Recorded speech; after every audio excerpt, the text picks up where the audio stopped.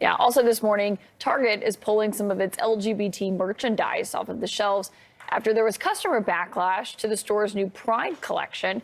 The company says it received threats and that it is now acting to protect the safety of their employees. This collection featured more than 2,000 products. It included Pride-themed clothing, books, music, home furnishings. For now, Target says it is only removing products by the LGBT brand Aprabalin. Target is also reviewing certain transgender swimsuits and children's merchandise, but no decision has been made on those projects yet. Less than a month after rolling out its Pride collection, Target is pulling some products from its stores. The retail giant says the decision was made after customer backlash led to concerns over the safety of their employees. This comes on the heels of conservative backlash against Bud Light after Anheuser-Busch promoted the beer on social media last month with transgender influencer Dylan Mulvaney. CNN business and economy reporter Matt Egan joins us now with more. This is an interesting statement that Target's actually worried about the safety of its employees. That's right, Sarah. This is just the latest battle in America's culture wars. Last month, it was Bud Light facing this anti-transgender backlash. We had the Disney versus Ron DeSantis fight, which is clearly not going away anytime soon. And now, yes, it's Target. Target's saying that they are pulling some of their Pride products. And I think the most interesting thing here is the why. Target says they're doing this because the safety of their employees is being threatened. And I think it's important to note that celebrating Pride Month is not a new thing at Target. They say they've been actually doing this for over a decade. I think perhaps what has changed, though, is the environment that they're doing it in. Let me read you the statement from Target. They said, quote, "Since introducing this year's collection, we've experienced threats impacting our team members' sense of safety and well-being while at work. Given these volatile circumstances, we're making adjustments to our plans, including removing items that have been at the center of the most significant confrontational behavior." Target says they're committed to celebrating Pride Month and standing with the community. We don't know the details yet here, including the specific nature of the threats to employees, nor where this was happening. We also don't know specifically which products Target is pulling and which ones they're going to continue to sell. But according to Reuters, their Pride collection at Target, includes more than 2,000 items, including everything from gender fluid mugs and queer all year calendars to some children's books. Clearly, Target does not want to become the next Bud Light here.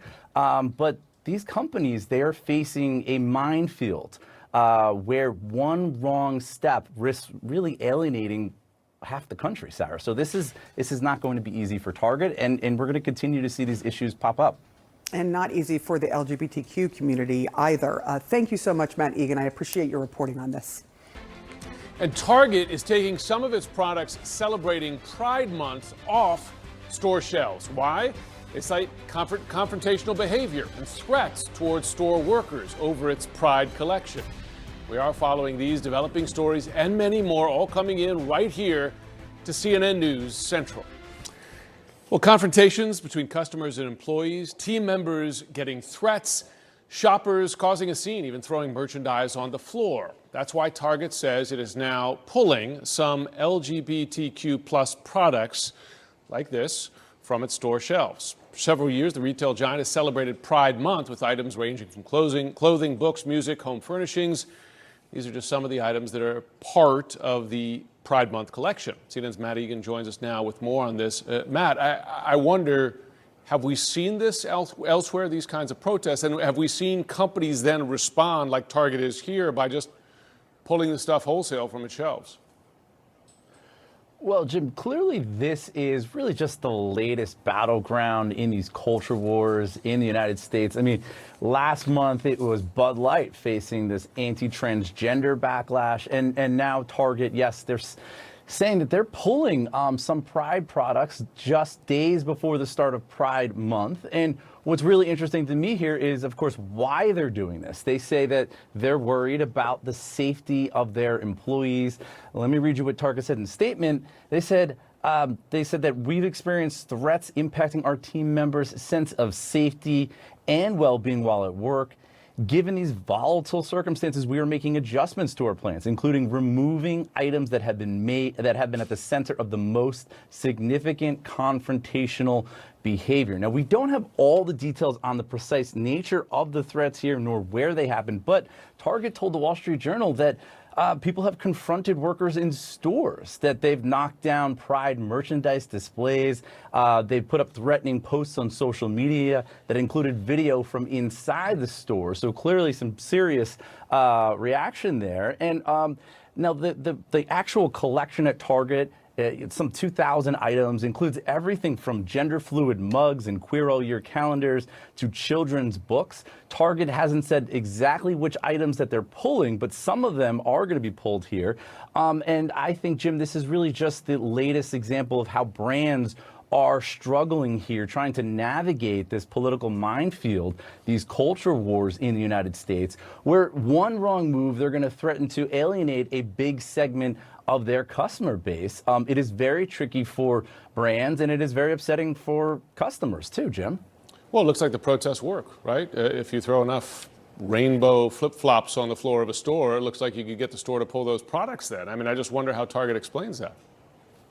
Well, Jim, I think that is some of the criticism that we're already hearing from people who are reacting to Target's moves here. We heard from the Southern Poverty Law Center via Twitter, and they said that the message here to opponents of LGBTQ community and their rights is that violence and threats of violence actually works here. In the latest round of the culture wars, Target says it's removing some products that celebrate Pride Month after a backlash against the company and reportedly threats against some employees. Target says its workers have been confronted, Pride merchandise displays have been knocked to the floor, and threats have been posted to social media. My panel is back. Okay, so let me just put up some of the items that Target offers for Pride Month, Joe. You know, it's pretty innocuous looking stuff. But yet we're not sure which ones they're pulling off the shelves. They haven't specified, but your thoughts on why this has to happen? Well, look, I think the sad reality that we're confronting is that there's an entire community that has been caught in a political crossfire. I think that the other part of this is that there is a lack of trust. And that lack of trust comes from bit by bit, I think, families feeling as if they no longer have control over what their children are seeing and what's being marketed to their children. When you have Target marketing a bathing suit to children that is featuring things such as tucking, I think that becomes something. Joy, I feel like that's been debunked. I think that was for adults. I think we've seen things that are. Check that one. I think it's in the children's section. I mean, we've seen, and there's the advertisement that was there with the adult. I think there's also people who have gone through the children's section and seen things. So I just think, I'm look, not sure about that. I think broad-based speaking, if you're going to have a conversation about why are people upset, it's because you have states like the state of Washington trying to say that you can transition children without the parents' permission. You have states like New York saying that you're going to be able to pass some type of vaccine for sexually transmitted diseases without informing the parents. Okay. So all of these contribute to an environment where, as I said at the onset, parents feel they're losing control. Correct. Jay. I feel like I heard this from Anita Bryant in the 1970s, Joe. I mean, this is like we've heard the same exact thing. Whenever it comes to LGBTQ people, we're told that this is about the children, save the children. This is only parents caring about their children. We play this kind of game of whack-a-mole where what are queer people doing? Sometimes we're sexual deviants. Sometimes we're just choosing to be gay. Sometimes we're mentally ill. Sometimes we're recruiting children.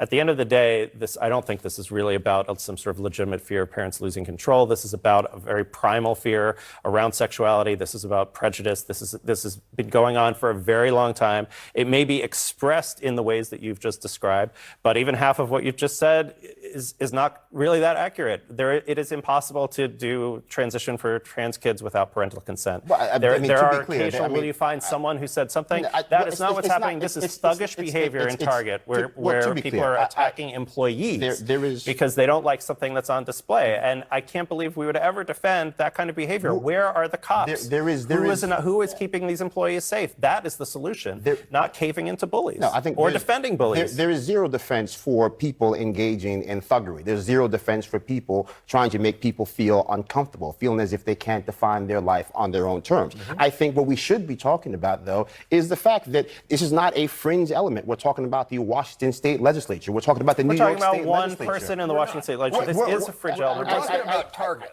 Well, no. But I think if we understand that Target is a symptom, not the actual cause, then what was the conversation that we should be having? But that is an effort to sort of broaden the conversation to something that's more defensible and rational than what we're seeing here, which is apparently people making threats, being violent. This is not a boycott. This is not a peaceful protest. Seems to be going bigger than that. And look, what I would just like to see is consistent application of principles, right? One of the debates sometimes we have is private companies can do whatever they want. This isn't a free speech issue. If they want to pull merchandise, advance merchandise, it's kind of their call. And then it's the consumer's responsibility to say, I choose to shop there or not, and I will let my views be known in a peaceful way. This seems to be crossing that peaceful line pretty conclusively.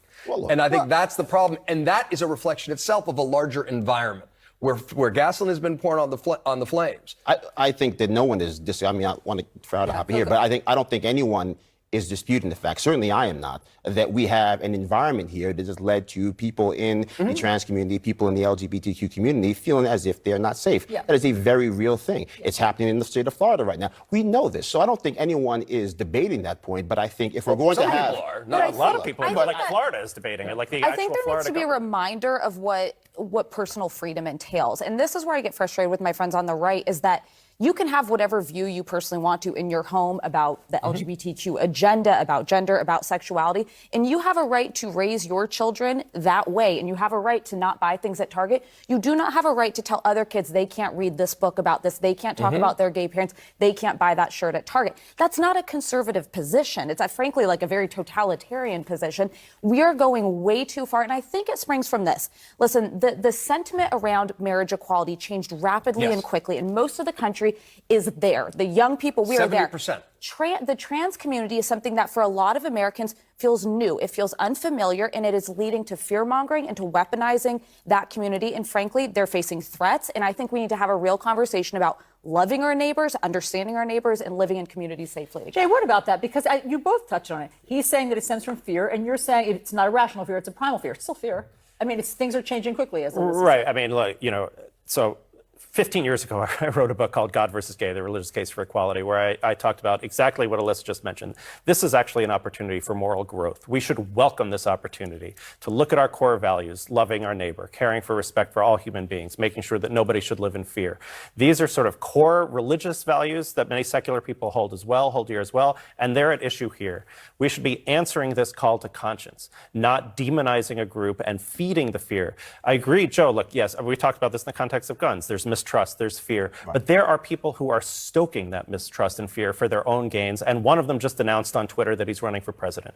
There's the fear that is already there, and there's the fear that's stoked by opportunists, and the lowest hanging fruit would be to stop that, to stop lying about trans people in their lives, to stop encouraging people to take this kind of action, because this doesn't come out of nowhere. There's this term stochastic terrorism. When you tell people that a group is terrible over and over again, someone somewhere is going to act out, and that's what's happening And here. so the fact that Target is pulling some of this merchandise, you say, feeds into I mean, I think they're also caught. They're also caught in. Target should absolutely not be. Target should be hiring more security. There should be law enforcement. There should not be caving in to vigilantism and demagoguery. And this is not an isolated incident, right? We're seeing throughout Florida, in particular, where vigilantes were empowered by a series of laws. We're seeing one parent objected to Amanda Gorman's inaugural poem, and now it gets pulled from the curriculum. One parent objects to this. One parent objects to that.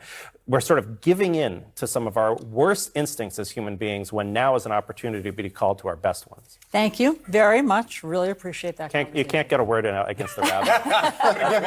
once I'm on the sermon, I'm on the sermon,